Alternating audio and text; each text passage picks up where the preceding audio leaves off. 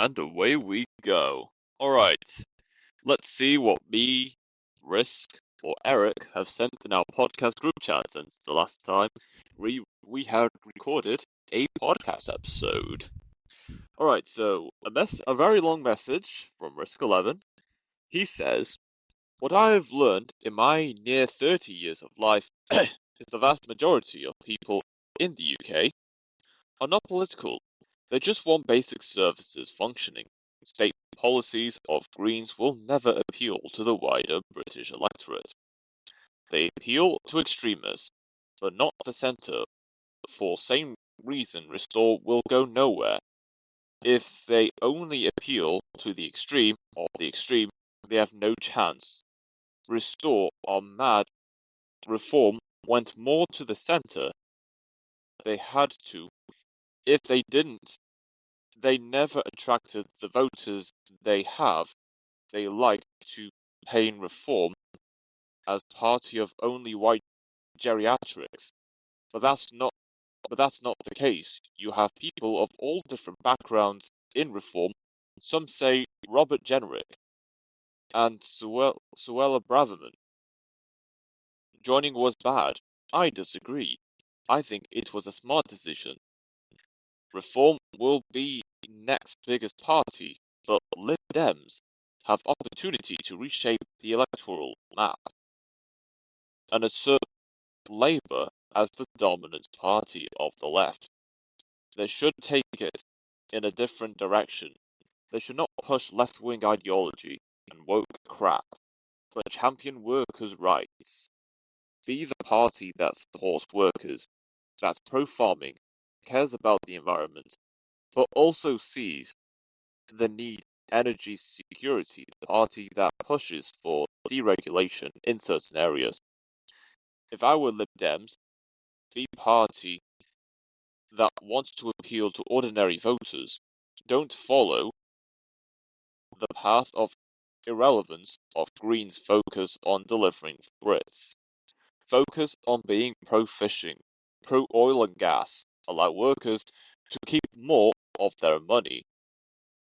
Priorities pushing wider city building projects that make real change to communities that will set them on path to city status and population to rise, not black hole projects that have minimal impact on population growth.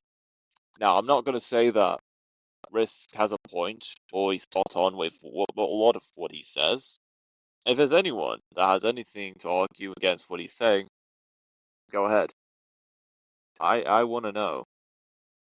It is important that whether people agree or disagree what people are saying about how the UK is heading towards right now, we should at least know where people stand and what views people have about how do they want their services to be operated, how much money should people contribute to their local governments as well as national governments to provide the functionings of public services and also just our surrounding environments as well. I will say that with most of what Risk said, not all of it, most of what Risk has said, he has a point. And whilst I do know people from within Greater Manchester that will vote for the Greens, and the Greens will get a lot of councillors within the metropolitan boroughs in Greater Manchester, as well as other councils across England. There will be lots of Green councillors to be elected in English councils across England. Where the UK heads towards next, up until the next general election, I think it just comes down to not the ideas that these parties have. It comes down to the execution of delivering what they promise and what attention these parties attract to everyday voters. That's what's important. And as much as there are people in the UK that disagrees with what reforms stand for and what they are promising to do if they get to national power, and not to mention what reform are doing right now amongst local councils that which they have a decently strong enough majority in where they can pass whatever regulations, standards, and rates they like. If people pay attention to what what parties have majority control of what councils and what these parties are doing in said councils, that gives you a clear idea of what these parties stand for and what they will do at the national level. There are people that say that local elections don't mean anything. What's the point? People are always focusing at the national level.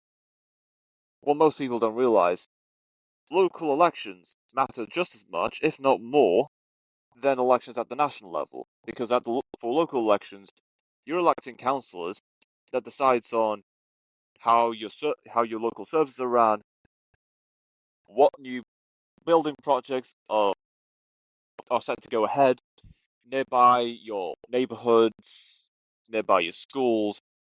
The local council also decide on maybe, possibly, but certainly, if not certainly, the curricular activities for pupils, the pace and what scale of recycling the council puts up in regards to when you throw your rubbish away and recyclables, how often the lorrymen come over to collect the so-called recyclables and rubbish to then be recycled or I don't know, burnt in exchange for electricity. I'm not sure that's a thing in a lot of councils, if not some. There's a lot of other services which I know of, yet it's not coming to me straight away, which do affect your everyday life. And the sooner people realize that, the more important it is for people to even go out voting in the first place. And of course, local elections also determine the temperature in which how parties are doing and how people think of the said parties.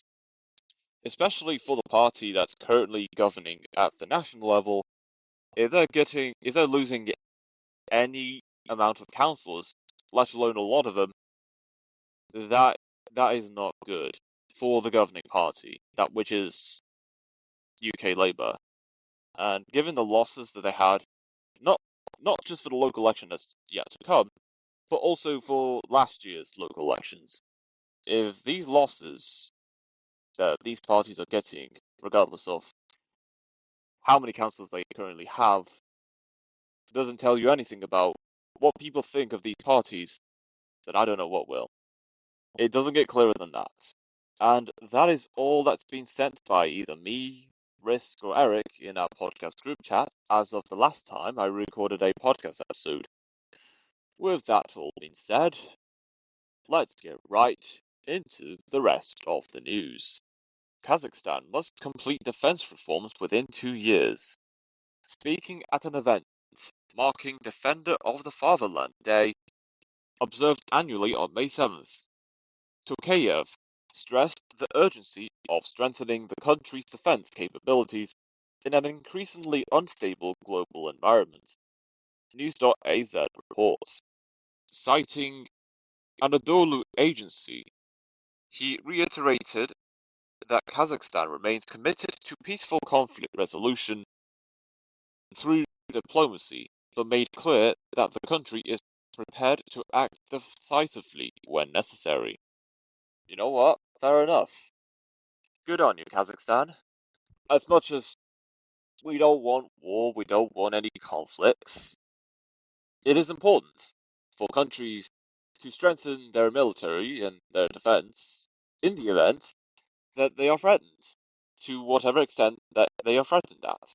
So good for Kazakhstan for taking their defense seriously and trying to make reforms wherever it is needed. Hopefully, there's some good coming out of that. And Kazakhstan Not that they'll ever reach the level of a military size of the United States. They have a military and security defense that is at a at a suitable enough scale, which they are able to defend themselves from whatever threats that comes their way in the next few years. Spirit Airlines has shut down. What now? Yeah, good question. What now? On Saturday, May 2nd, Spirit Airlines ceased operations, grounding all flights and initiating an orderly wind down that left 17,000 employees without jobs. Persistent financial struggles, including bankruptcies in 2024 and 2025. Preceding this collapse, as the airline cited recent geopolitical events and sustained fuel cost spikes as primary drivers. United Airlines, Delta Airlines, JetBlue Airways, and Southwest Airlines are capping ticket prices for stranded passengers, with JetBlue offering $99 rescue fares through Wednesday, May 6th. Spirit Airlines confirmed Monday that it is automatically processing refunds for credit and debit card bookings, though refunds may take time, while voucher and point claims await bankruptcy court proceedings. Industry experts predict most displaced Spirit employees will find new roles as other carriers fill route capacity, though medium-term ticket prices may increase by 15 to 20%.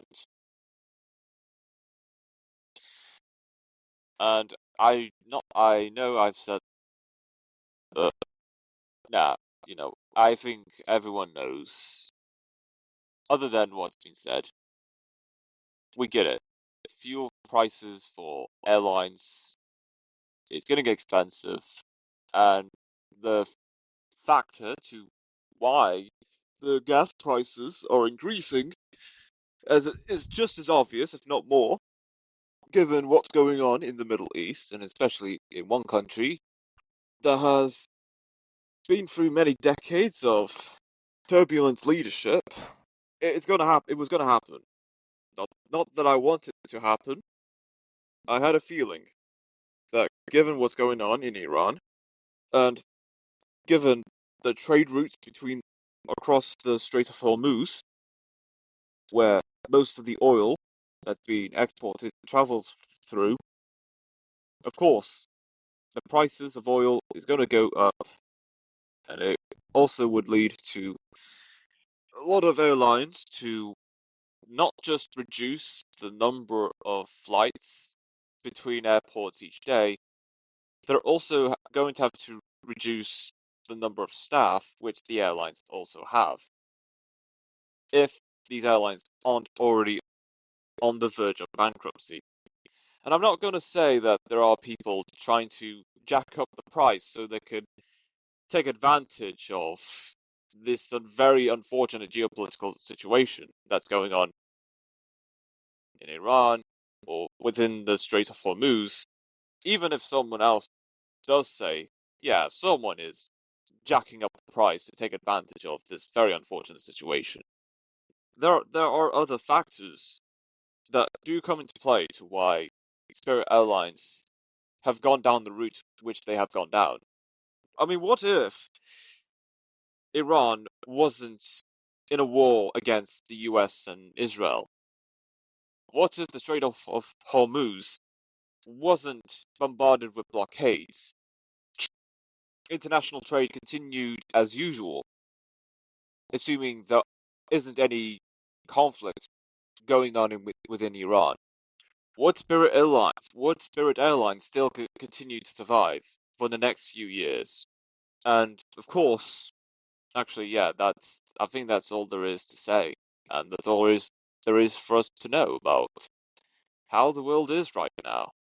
And whilst I know for sure, and Risk is certainly one of those people that is heavily against the agenda of climate change and renewable energy, given how fuel prices have an impact, not just with airlines, but with people fueling up their cars, trucks, lorries, and other oil-powered vehicles.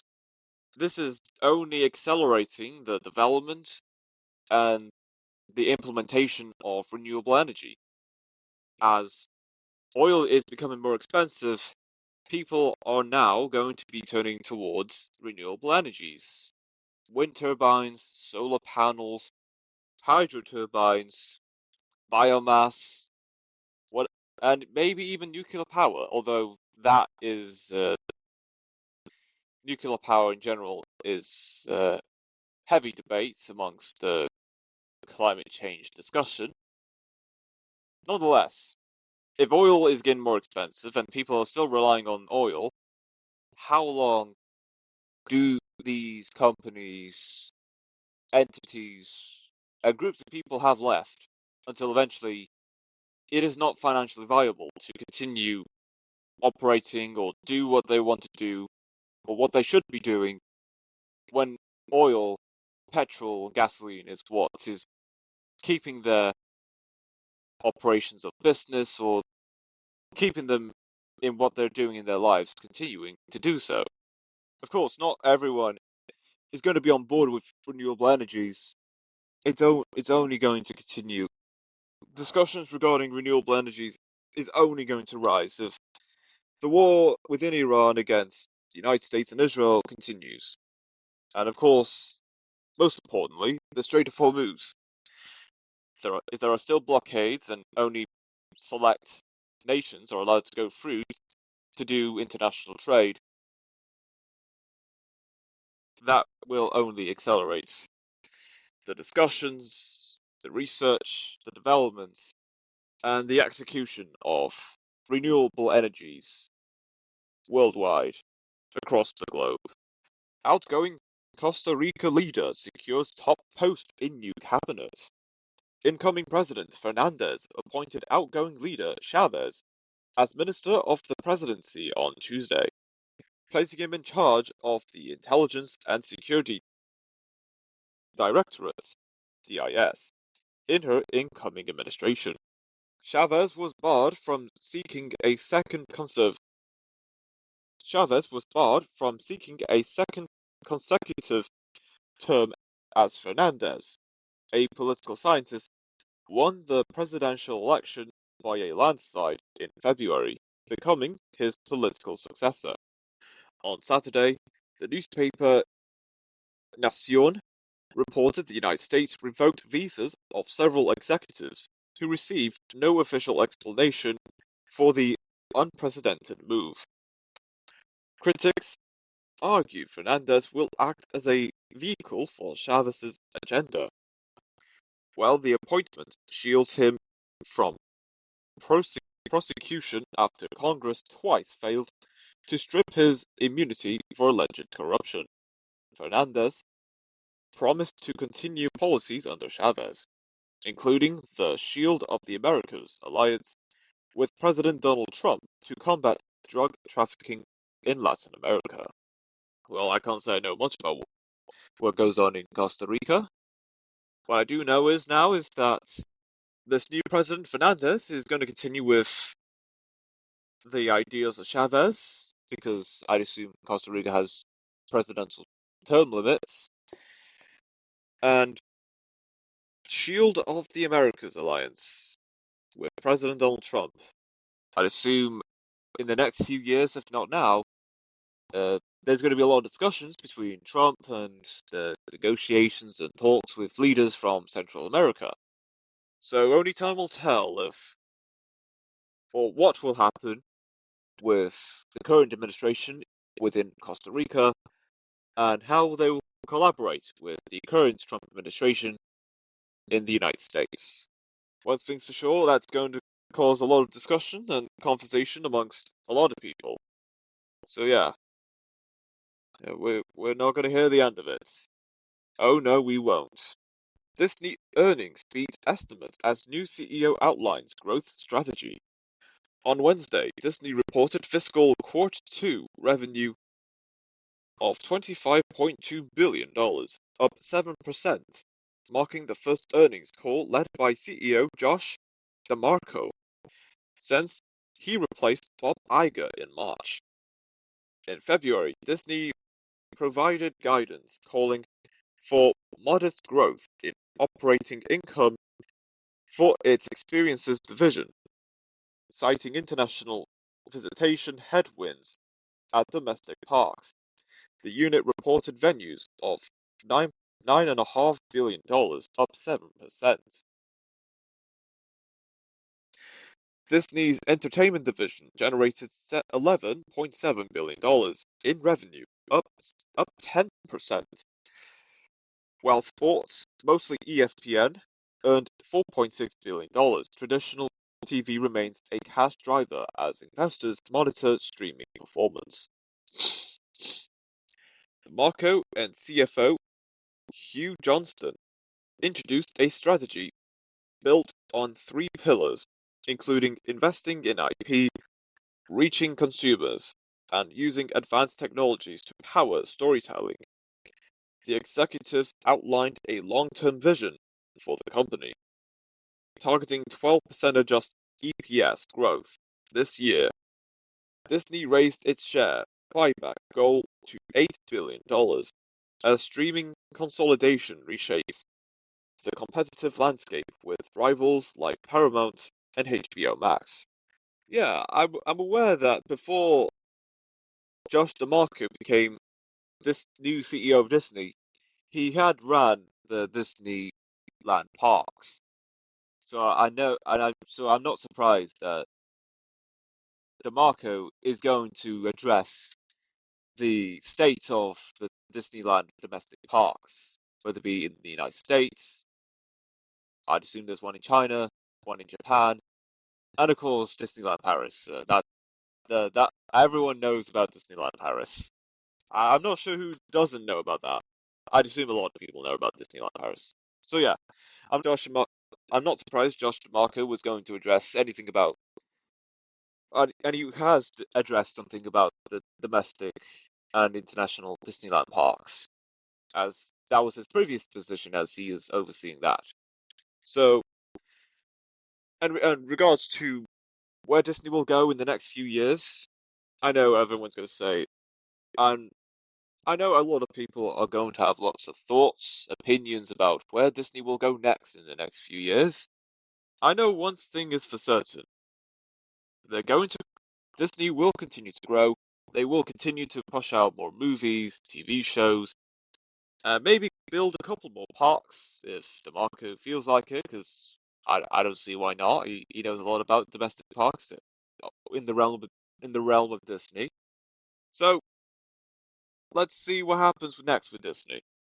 And I'm not giving DeMarco any credit for what he's going to do next. I have a feeling that the years of Disney under DeMarco, it's not going to be innovative or revolutionary. I will say it will be the better years of Disney under DeMarco than the years under Bob Iger.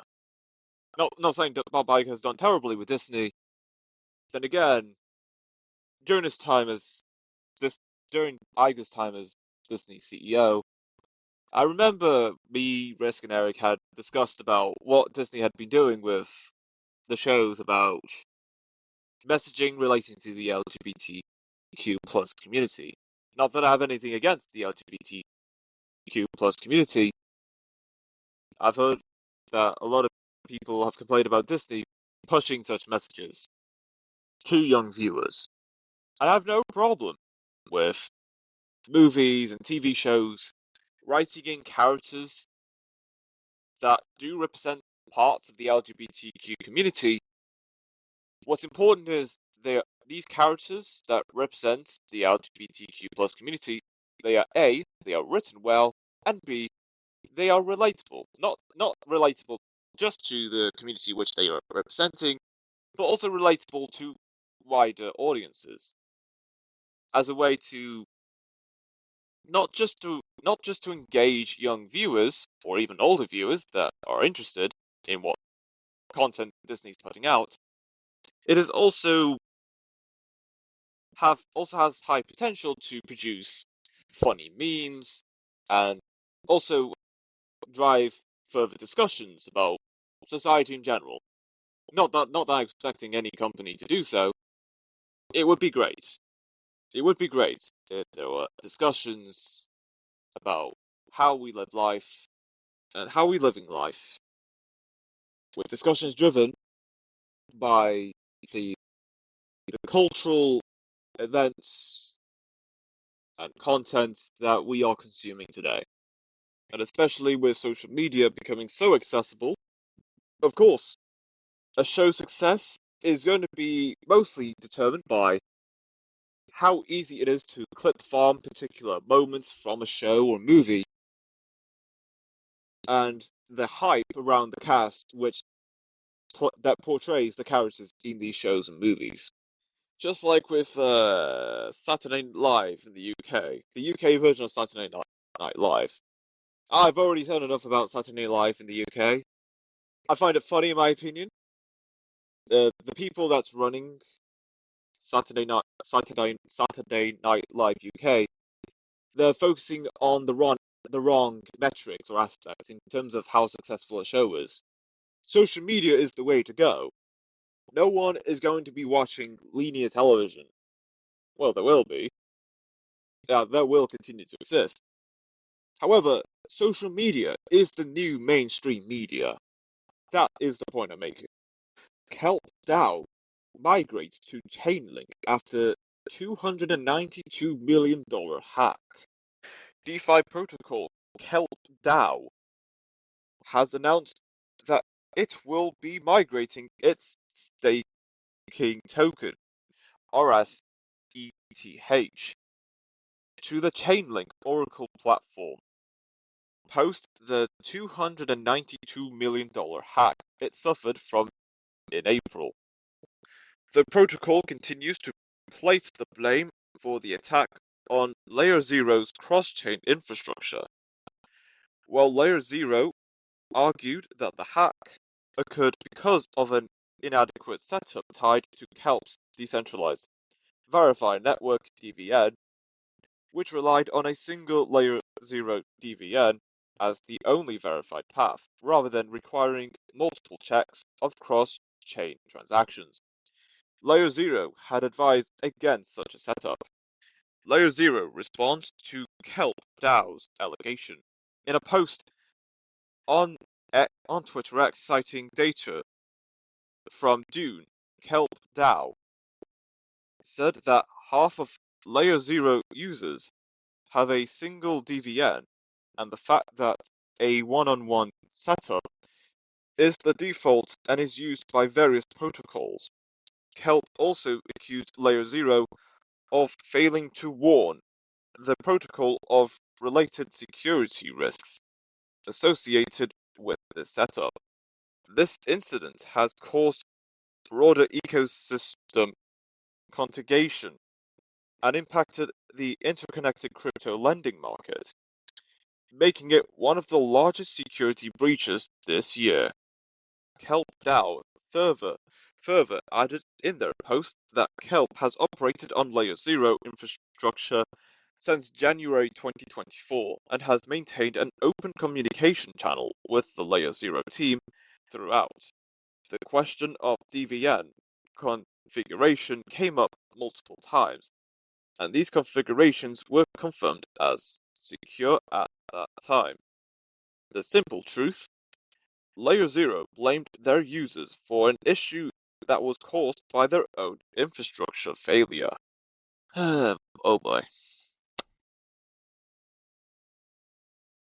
This is why I suggest I'm not going to say about multi-factor authentication.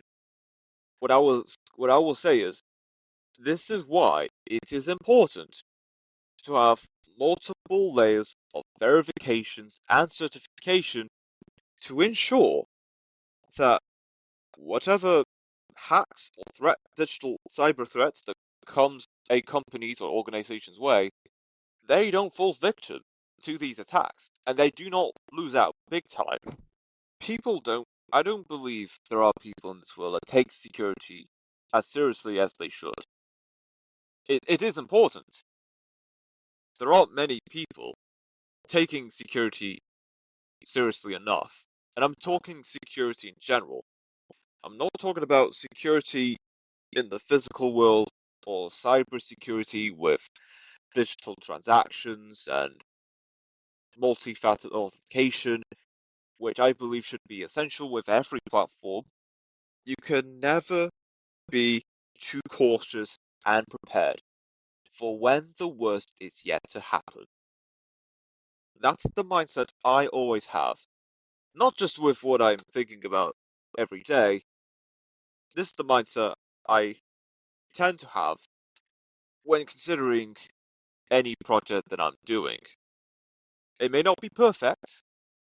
There aren't going to be many things that either me or anyone will pick up straight away. It is worth acknowledging problems that could happen and how to tackle them when they happen. So this is a very important lesson for anyone in the cryptocurrency realm, or anyone working with anything related to cryptocurrencies or digital assets. It is important not just to have multi-factor authentication, which should be essential on every platform.